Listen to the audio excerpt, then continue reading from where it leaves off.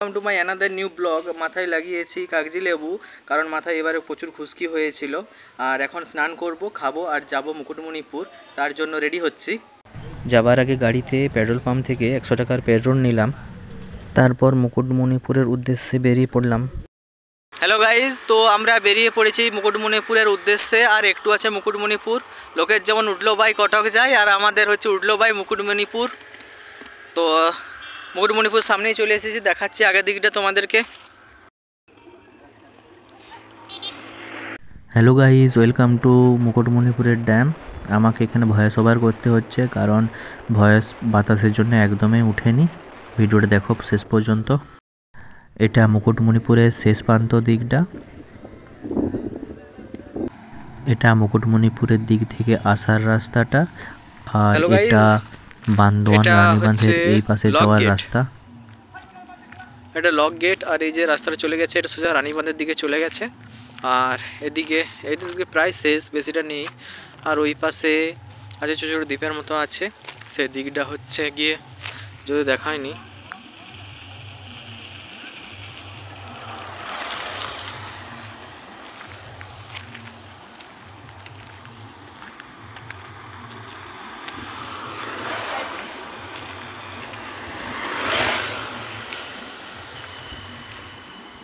এটা lock gate, এখান থেকে জল ছাড়া হয় আর জলটা যায় এটা দিয়ে।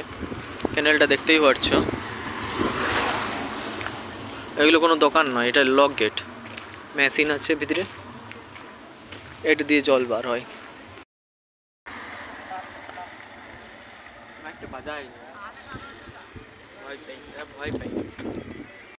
এটা পরেশনাথ মন্দিরের নিচের অংশটা। এই সোজা চলে গেলে গ্রাম, আর মেন রাস্তা দিয়ে যাতায়াত করতে দেয়নি বলে সব পিকনিকের গাড়ি সব এটা দিয়ে যাতায়াত করছে। এই রাস্তা দিয়ে পরেশনাথ মন্দিরে যাওয়া যায়। একটা গ্রাম আর এই একটা জঙ্গল পেরোলেই পরেশনাথ মন্দিরে ওঠা যায় এই রাস্তা দিয়ে। গ্রাম হয়ে পরেশনাথ মন্দির যাওয়ার সময় দুটো রাস্তা ভাগ হয়ে যায়। একটা রাস্তা জঙ্গল আর হয়ে চলে যায় পরেশনাথ মন্দিরের দিকে, আর একটা রাস্তা এই পাহাড়ের কোল হয়ে চলে যায় মেন পার্কিং পয়েন্টের দিকে, ড্যামের দিকে। জলধারার মেন পাড় থেকে নিচের দিকে তাকালে যে গ্রামটি দেখতে পাওয়া যায়, এই রাস্তাটা সেই গ্রামের রাস্তাটা। এইটা সেই গ্রামটা, সুন্দর গ্রামটা। আর তোমরা যদি কেউ যেতে চাও তাহলে যে মেন পার্কিং পয়েন্টটা আছে ড্যামের, ওখান থেকে তোমরা এই রাস্তা বরাবর এদিকে চলে আসবে, এখানে তোমরা এই গ্রামটা পেয়ে যাবে। এটা এখানের মেন পার্কিং পয়েন্ট। এখানে তোমাদের গাড়ি বাইক রাখতে হবে, কারণ ড্যামের উপরে গাড়ি বাইক চলাচল নিষেধ। আর এটা দিয়েই যাওয়া যাবে, ওই গ্রামটাতেও যাওয়া যাবে আর পরেশনাথ মন্দিরের দিকেও যাওয়া যাবে।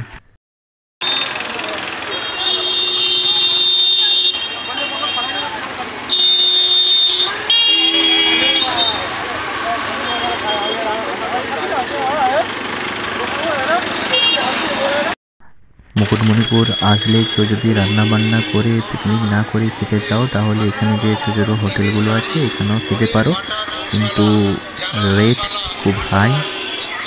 60 টাকার জিনিসটা 100 টাকাও বিক্রি হতে পারে এখন পর্যন্ত। এটা গঙ্গাবতী নদীর মেন লক গেট, আর দেখতেই পাচ্ছ কি অবস্থা, কি ভিড় গাড়ি ঘোড়া। এত ভিড় যে হেঁটে যাওয়ার উপক্রম নেই, তার পাশে ভিড়। আর এই সময় এখানে অনেক পুলিশও দিয়েছে সাবধানতা বজায় রাখার জন্য। তো সাবধানে থাকবে, আর বেশি উঁকি ঝুঁকি মারবে না, পড়ে যাওয়ার সম্ভাবনা আছে। যদি কেউ নিচে নামতে চাও তাহলে এখানে দুটো রাস্তা আছে, আমার একটা পার্ক হয়ে আর একটা জঙ্গল হয়ে। এখন সন্ধ্যা হয়ে এসেছে, আর এটা সেই রাস্তাটা যেখানে সুন্দরভাবে নকশা আলপনা আঁকা আছে আর লাইটিং করা আছে।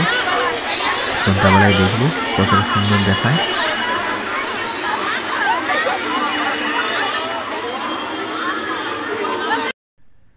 এখন কিছুদিন এই পার্ক বরাবর যে রাস্তাটা, এখানে গাড়ি চলাচল বন্ধ আছে। শুধুমাত্র অটো টোটো যেগুলো এখানে, সেগুলোই চলছে তাদের ইনকামের জন্য।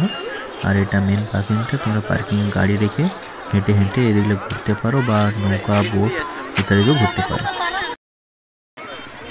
দেখতে পাচ্ছ কত নৌকা চলছে, মৌমাছির মতো সারি সারি নৌকা যাচ্ছে আসছে। এত দূর পর্যন্ত যদি ভিডিওটা দেখে থাকো তাহলে নিশ্চয়ই ভিডিওটা ভালো লাগছে। আরও যদি কিছু জানার থাকে তাহলে আমাকে কমেন্টে জানাতে পারো বা ইনস্টাগ্রামও মেসেজ করতে পারো। গাইস এখন হয়ে গেছে রাত, খুঁটিনাটি আমি তথ্য দিতে পারবো। গাইস এখন হয়ে গেছে কখন সন্ধ্যা, পাহাড়ে দেখতেই উঠে যায়, পাচ্ছ কখন সব লাইট ওই চলে ড্যামের গেছে। নিচে নামা আর সামনে যায়, যে রাস্তাটা যেখানে থাকে জল অনেক ছাড়ে, সুন্দরভাবে কথা সাজানো আছে, বলতে লাইটটা টাইম আছে দেখাবো কি ইত্যাদি করে। সব বলতে পারবো, তাই কমেন্ট করতে পারো। এইভাবে ছোটো ছোটো কয়েকটা পার্মানেন্ট স্টল আছে যেখান থেকে তোমরা কেনাকাটাও করতে পারো, দু সাইডেই আছে। আর নিচেও এরকম টেম্পোরারি কিছু দোকান বসেছে যেখানে কেনাকাটা করতে পারো। সন্ধ্যা হয়ে গেছে, লাইট জ্বলে গেছে, দেখতেই পাচ্ছ সুন্দর চারদিকে লাইট জ্বলছে। আর এটা অনেক কিছু সেলফি জোনের মতো অবস্থা হয়ে আছে। আমরা পায়ে হেঁটে প্রথম থেকে শেষ পর্যন্ত পুরোটাই ঘুরলাম, দেখলাম সবাই ডিএসএলআর ফটো তুলছে, বাচ্চারা গাড়ি চালাচ্ছে, আর তাছাড়াও মোবাইল দিয়েও সব ছবি তুলছে। দারুণ অনুভূতি লাগলো এখানে। তোমরা যদি আসো, যদি সন্ধ্যা পর্যন্ত থাকতে পারো তাহলে খুবই ভালো।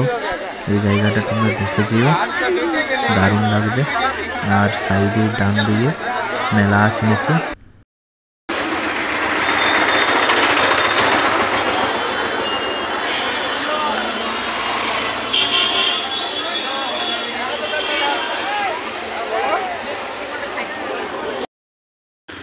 পার্কিংটা এখনও ফাঁকা হয়নি, এখনও অনেক গাড়ি মোটরসাইকেল রাখা আছে।